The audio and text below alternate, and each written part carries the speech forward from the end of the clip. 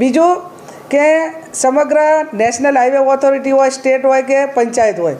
એના અલગ અલગ 3 વિભાગની અંદર જે રોડની કામગીરી કરવામાં આવે છે, એમાં માર્ગ અને મકાનની પંચાયત છે તો આજથી 3 વર્ષ પહેલાં 45 લાખ રૂપિયા 1 કિલોમીટર રોડ બનતો.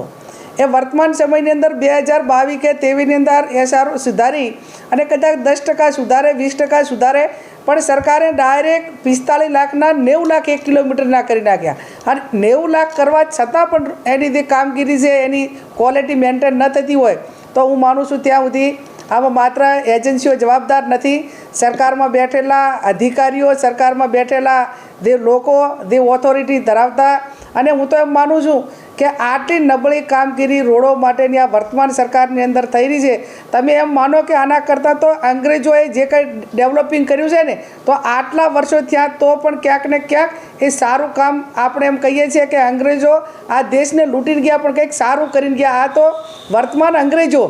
એ પહેલાં બહારથી આવેલા અંગ્રેજો કરતાં પણ